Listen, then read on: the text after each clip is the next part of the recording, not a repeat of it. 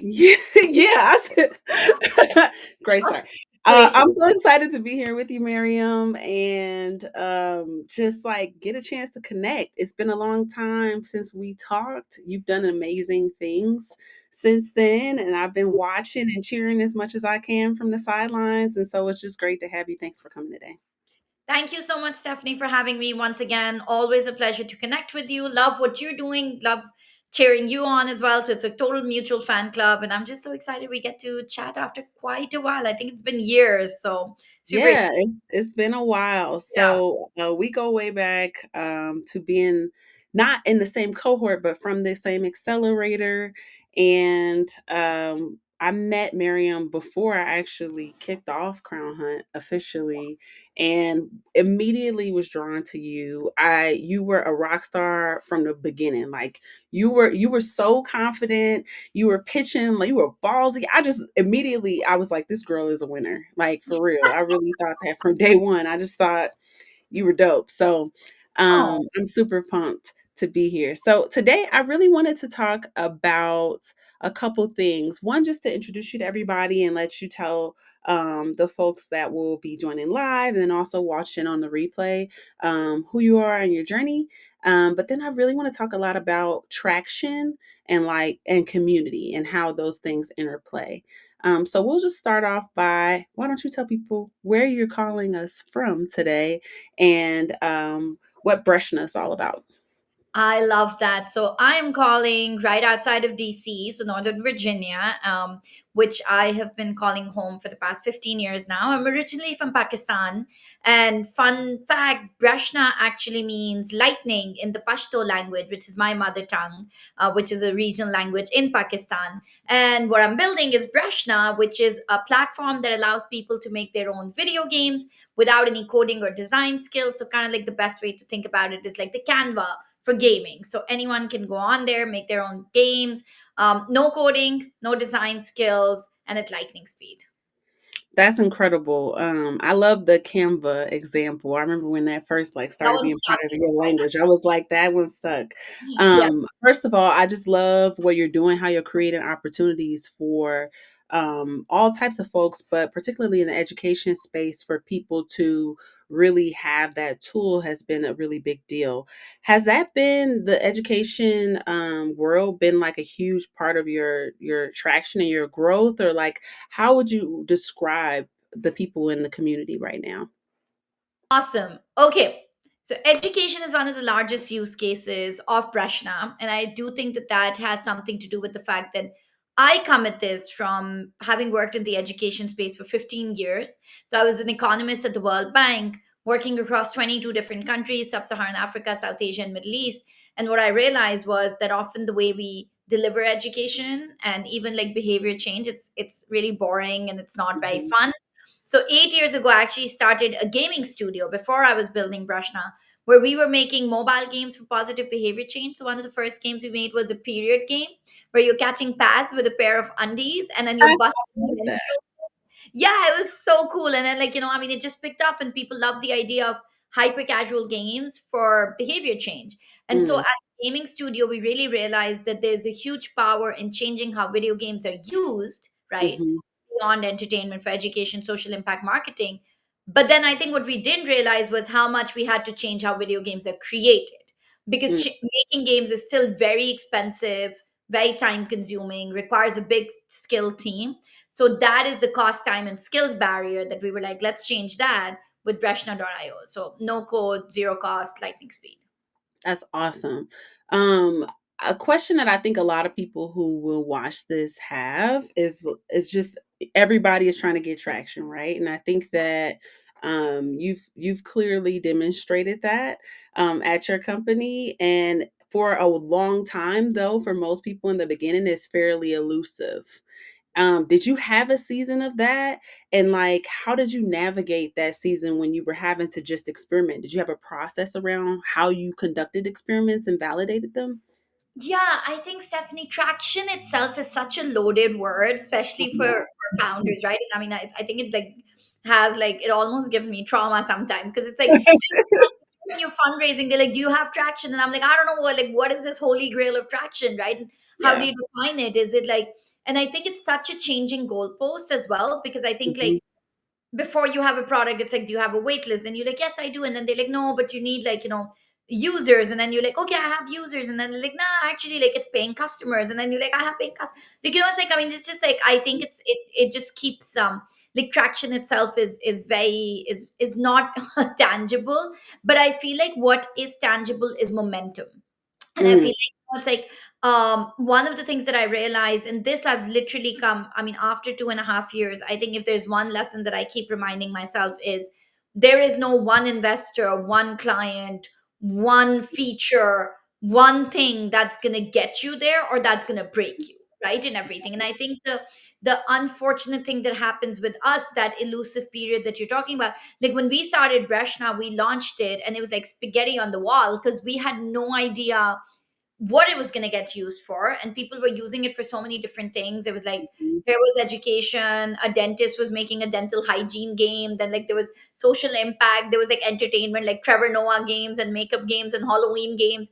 And like we had like all ages from 4 to 70. And like when they say like define your user persona, I'm Yeah. like people who love games and love making games. It's like, I Yeah, mean, yeah, yeah. everyone and anyone. And then whether it was B2C or B2B, it's just like, I think one of the things with building a product that has so many use cases becomes how do you start to hone it down. And I Mhm. something that we did was just like let all of the like we experimented with so many go to market channels, right? Like we were like, okay, we're going to try marketing in Pakistan on Facebook, now we're going to try like Twitter, now we're going to try. And we actually didn't do a ton of digital media marketing. We actually ended up doing, we started off with more B2B. We are like, okay, here's a school, like do you want to use, Breshna, do Mhm, you want mhm. to use jams and stuff like that. But the two things we realized that became like the that unlocked that explosive user growth. So we ended, and to put that in context, we ended 2022 with 4,000 registered game makers. Okay.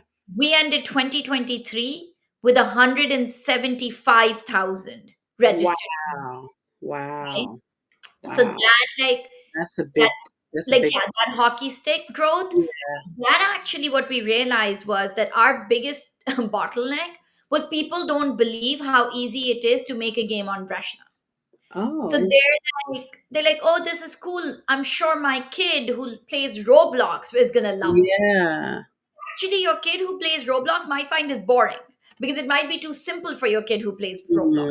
Mhm. You, Mhm. on the other hand, who believes in the power of games, like the average mobile game player is a 36-year-old woman, often playing something like Candy Crush on the Metro. But no one in the gaming world is talking to that demographic, That's right? very interesting.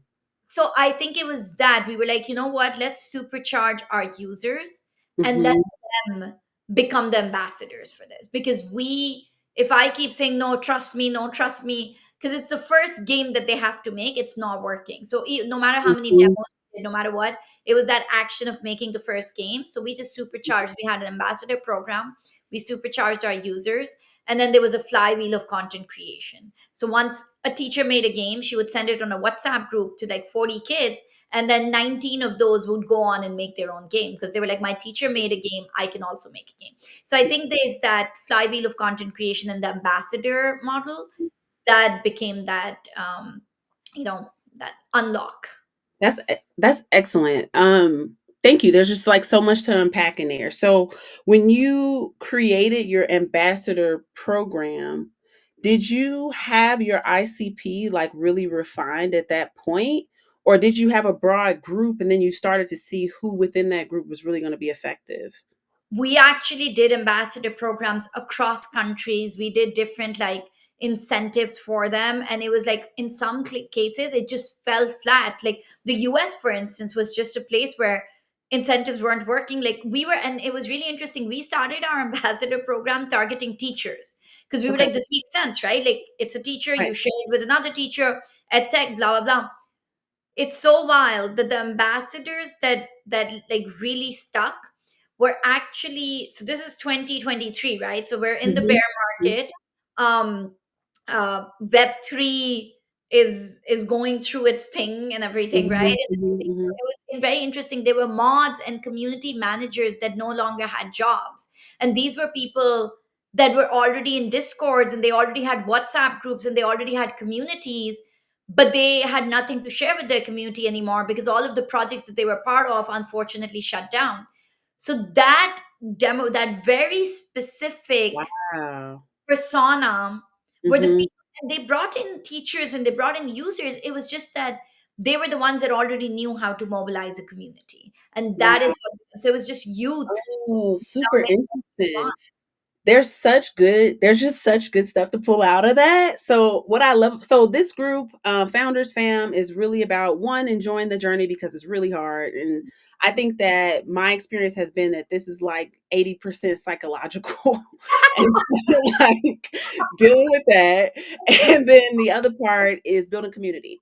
And so one of the things I heard you say that felt really relevant to me is you created an ambassador program, and when it clicked was when you actually got your ambassadors to be people who were already great at building communities. So getting a community of community builders was Ah, the way that you launched the community. That's yeah. super interesting. How did you go about finding them? Like, identity, did you? Twitter. It's like why? Oh. Because, and that was the thing, Stephanie. So the one thing that I've done consistently, it's been different platforms, but you've seen me do this, is like build in public, right? And I think build in Mhm. public is such a, that itself, right? Like, I mean, people just throw that word around. They're like, oh yeah, I'm building in public. What does that really mean? And I think like there was definitely this idea of giving first, where I was just like, Mhm. hey, I'm here. Like, I wasn't like, I need to build in public so I can get a user. I need to build in public so I can get an investor. I think Mhm. building public to me was actually a personal accountability thing, because, like you said, it's a lonely journey. So you Yeah. just like, you're just out there. And in the beginning, my building in public was actually, I would just tweet out my things to do. Like, I would look at my things to do list and I would be like, today I'm working on my pitch deck, and I'm also going to, like, I just got my registration. So I'm going to do like a license. I mean, it was like all Yeah. Yeah. mundane things, but also the fun things, whatever it was, right? And we were going through the ocean program and everything. And I was just like, I think that that idea of just building in public, and I think for me, for a very long time, that was an audience, not a community. So Mhm. one Mhm. way, Mhm. conversation where I was just like, this is what I'm doing with my founder journey. And Right. still I started to realize that there is that two-way, I mean, give and everything. And that's where when you start going to the spaces, the Twitter spaces, I think something that was really magical about 2021 and 2022, which I feel almost sad for the founders that are starting now. I don't know Mhm. if you felt this. I think it's gone down a little bit, that social media aspect of community building. Like, I mean, I I definitely feel that. I feel like I've had a big push, this year really for a lot more in person, or if it's virtual, it's still like a group coming together versus like just a random live. right, Um, I felt that really needed. I think people are really ready to get back in person. And what's unique is that there's people have a lot less relationships, I think, than they used to have, especially ones that they manage on a regular basis. So there's actually, I think, a window of capacity for relationships right now in ways that, like, if you go back to 2019, everyone's calendar was full in right, terms of like places they have to go, and the social calendar was overwhelming, which is why I think a lot of people embraced in 2020 in some ways, being like, yeah, actually, let me reevaluate how I spend my yeah, time. And I right, think people are coming back around to that same conversation. Let me reevaluate how I spend my time. But now they're inviting in things that they hadn't prior. So I actually think it's a really unique time to right. build community because I think people are really looking for that. That's a really, actually, that's a very valid point. And I think there's also, I feel like, and I don't know how to measure it. Like, I don't know, Stephanie, if you felt this, but literally over the past 6 months, I felt like the tech community moved. There was some like unsaid, unspoken thing where they moved from, especially the investors, they moved from Twitter to now LinkedIn. Like, I just Mhm. see so much more happening on LinkedIn, and I don't know, like, if it's the algorithms, how they reward you, like, whatever. I mean, we are the Yeah, slave to algorithms, right, and everything, and you just have to kind of like, you're just watching this stream, and I feel like there's a different community on each platform. And one of the yeah. things we, at least at Breshna, do is, a lot of people say, like, pick your channel. We actually experiment a lot with Mhm. different channels, because I think it's different users, it's a different audience. Like your investors might are probably not on the same platform where your users are, and your Mhm. users are probably not on the same platform where your fellow founders are. So Right. I do think it's just one other thing that founders have to do. But I do think, and you don't have to have 10,000 followers in every single platform. Like we're Mhm. like failing at TikTok right now with 300 followers, but we're there because like one teacher picked us up and then made an organic video, and she got 40,000 views on her video, and Oh, now we wow. have a whole district in New Jersey using Breshna organically because of one teacher video who like saw like a video that had like 200 views, right? So it's like That's awesome. you do not know the magic of where that community is going to be, and it's Yeah. That's awesome. Like, okay, so when you created I like really picking out the tactics. So when right, you created the ambassador community, then right, you identified this type within that community that was really effective. How right. did you empower them? So it's literally like, I mean, then you find where they get together. So for us it was Discord. Again, these are Mhm. web3 mods, right? And everything, they know Discord and everything, and we go into Discord, and then we start talking to them. We're like, what incentivizing you? Like even things like, how do you like how are you going to pay them, right? And everything, is it going to be like USD? Well, if you're going to send USD to Indonesia or Pakistan or Nigeria, well, guess what, I mean, that's like you're sending them $5 and then you're paying $25 in Western Union fees, right? So like, I mean, Wow. that's Yeah, not yeah, yeah. something that's gonna happen. So it's like, oh, is it like, is it gonna be stable coins? Is it gonna be like gift cards, like whatever and everything? So I think Mhm. this is such an interesting, so now all of a sudden, like, you're also tweaking your go to market channels almost the same way that you're tweaking your product, right? And everything, because Mhm. you're like, hey, Mhm. these are the people, this is what they need to be empowered, and that's how you go about it. So for us, it was a lot of trial and error. I mean, even within the ambassador, like, how do you, so I, as an economist at the World Bank, I used to do performance based funding. So it was all like, results based financing. So you would like, whatever money you gave was against results. And I just Mhm. kept with that mentality. I actually use that across the board for my advisors.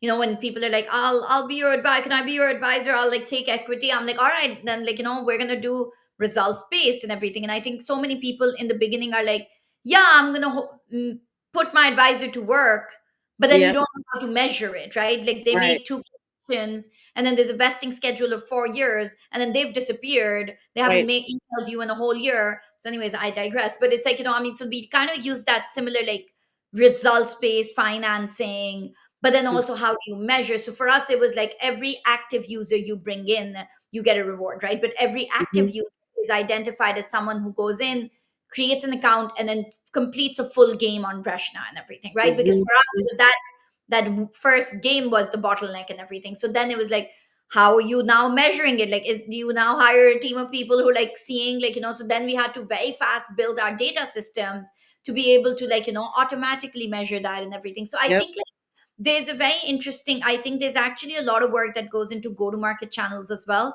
And what Mhm. works one year does not work the other year. So we Yeah. now, our focus is monetization.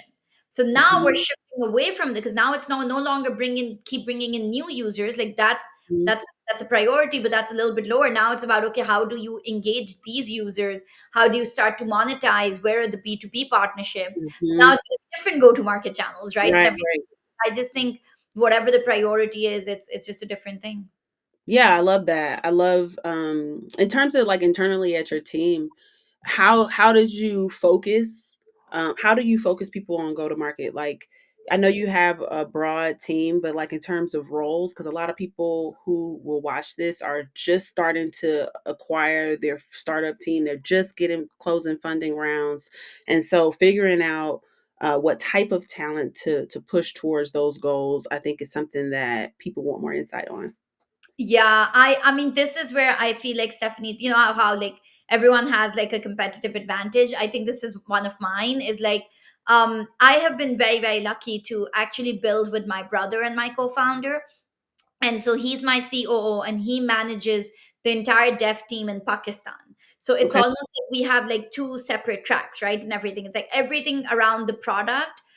and day-to-day operations is like him, and he manages that in Pakistan. So I do all of, so he does everything inside facing, I do all external facing stuff, so fundraising, business management, clients, things like these, like talking to fellow founders, getting the word out there. All of that is like, so I always say he's the doer, I'm the talker. But I mean, it's like, it is a cool, like, differentiation. So now I mean, when I started off, it was just me, right? Like, I mean, it was me in the Mhm, Twitter spaces, it was me, like, it's like all of that and everything. And then slowly, I think you actually start to find people like that kind of have like similar goals, or like, I mean, that you're like, hey, like, there's a skill I want.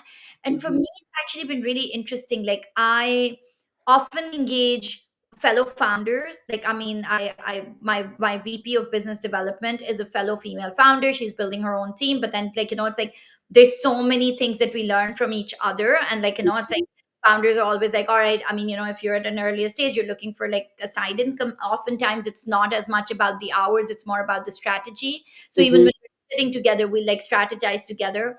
We've definitely used interns, capstone projects, like, stuff like that. So it's almost like I try to find like these people who can do the thinking with me, and then, like, the people who can execute. On the execute, you can have like, more beginners. You can really like mhm, do all of this, like, work with universities, get into like capstone projects and stuff like that, and get like an mhm, army of doers on that side. And then I mhm. just have like people that strategize with me. Honestly, I'm so sorry, Stephanie, like listening to myself, I'm like, none of this sounds like, it's like we did this a little bit, and then we did this a little bit, and it's so much experimentation. But still, Yeah, because I didn't go to business school, I like, again, I never knew the world of startups and venture capital and all of this. Like, I mean, I don't think most people do. I don't think that that's something that the majority of people get exposed to, even if they have a lot of the talent and the skills that it takes to win in that. yeah. So I think that that's like where most people are at. So that's the right place to speak to.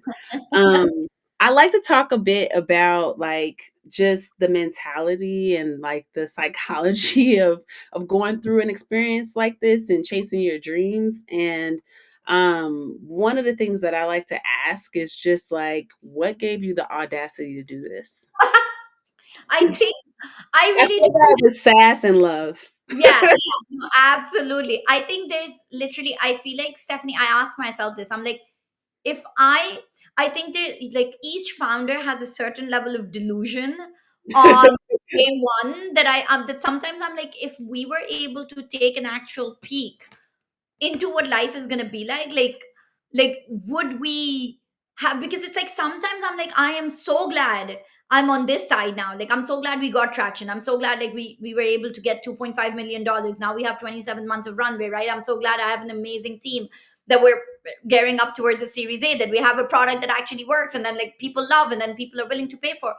But any of those could have broken, right? It's Yeah. like, if you think about it, so many things need to go right in Mhm. order for you to even get to the midpoint. Like, I'm barely, like, I just left the, like, the beginning. I'm just like barely at like day 10 in the startup journey or something, right? Mhm. I'm like, on day zero, you have to have a certain level of delusion. And I think it's like, I mean, because literally, I feel like if you're fully, and this is where I'm like, I don't know how the second time founders, like, it's like, I mean, I think it's like, I don't know why I'm comparing it to, I haven't gone through the process of being a mom like all the way, but it's like, I feel like it's probably childbirth, because like moms are like, I never want to do this again, and then like here we go, I want another baby. I don't know if You that's what forget. You remember the highlight reel. it, it's the highlight reel, right, and everything, because then there's like they're doing it again. But I do Yeah. believe that it is a certain level of hunger, because Mhm.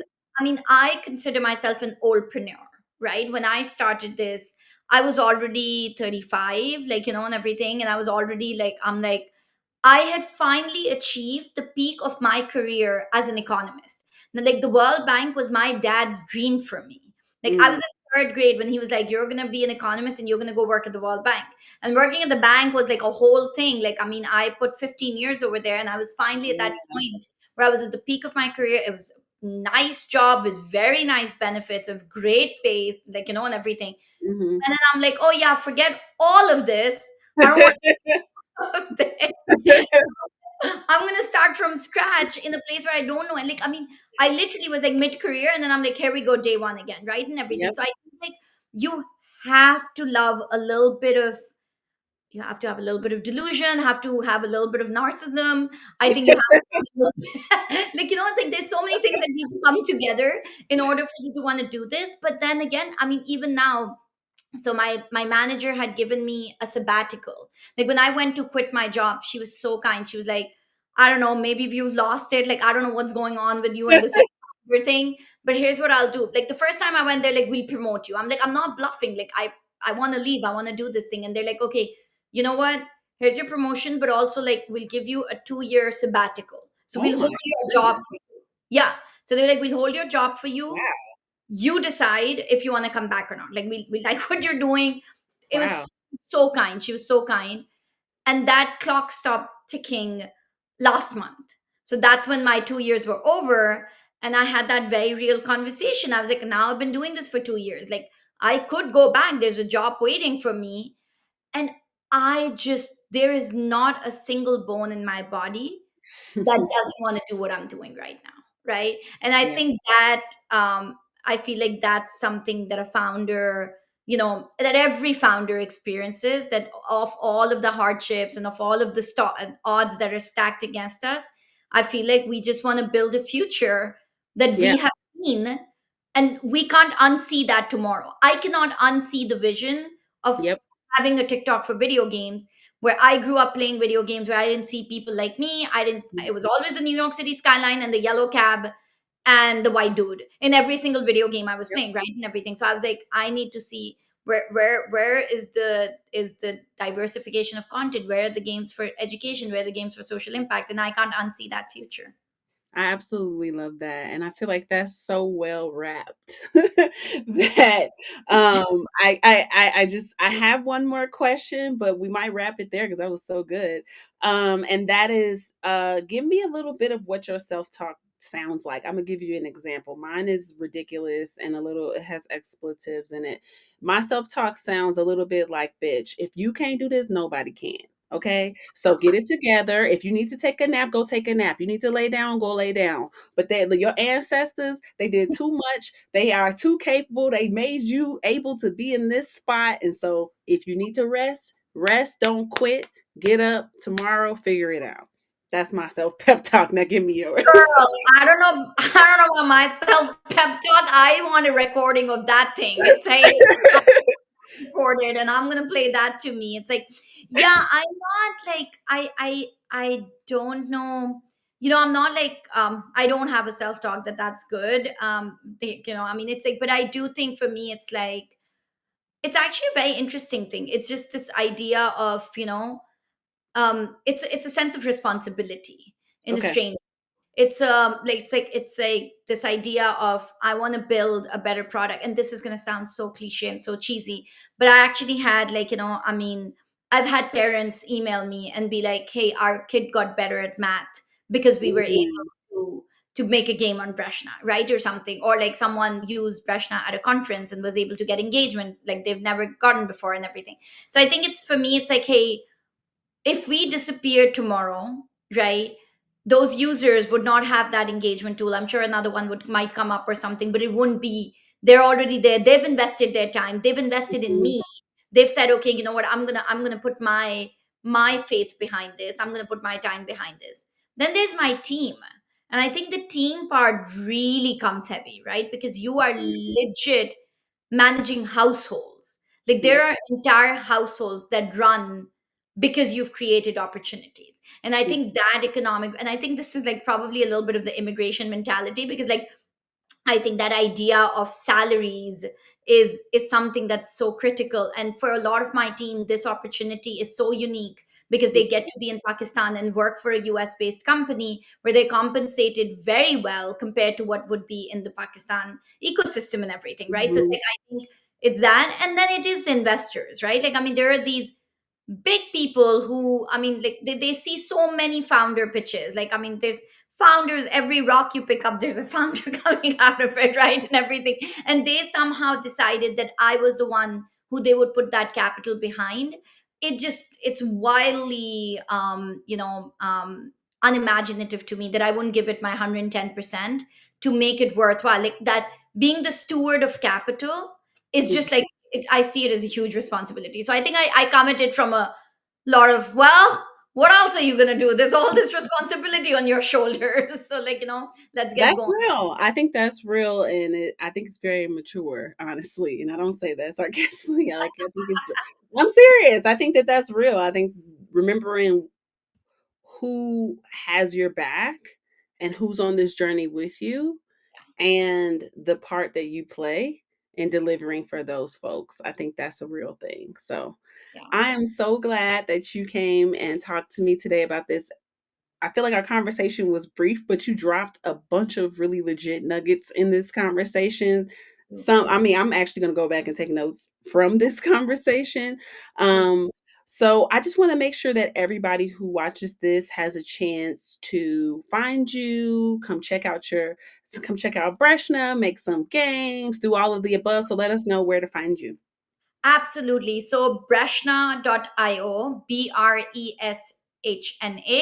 Breshna.io, breshna.io. That's where you go. It's completely free. You make an account with your email account, and then you basically are able to make your own video games. We're at Breshna Game on all of the socials. So Twitter, Instagram, it's just at Breshna Game. And then interestingly, I think like the whole big box of equity crowdfunding, which I don't think we have time to open up and like unbundle. But long story short, we do have an equity crowdfunding campaign that's live right now for the next 15 days. So if you want to own a slice of Breshna before this rocket lifts off for Series A, would love to have your community join. So that's republic.com/Breshna. Excellent. Thanks so Awesome. much. I appreciate you, and good luck with everything moving forward, and we'll talk again. You're awesome. Thank you so much, Stephanie. Thanks.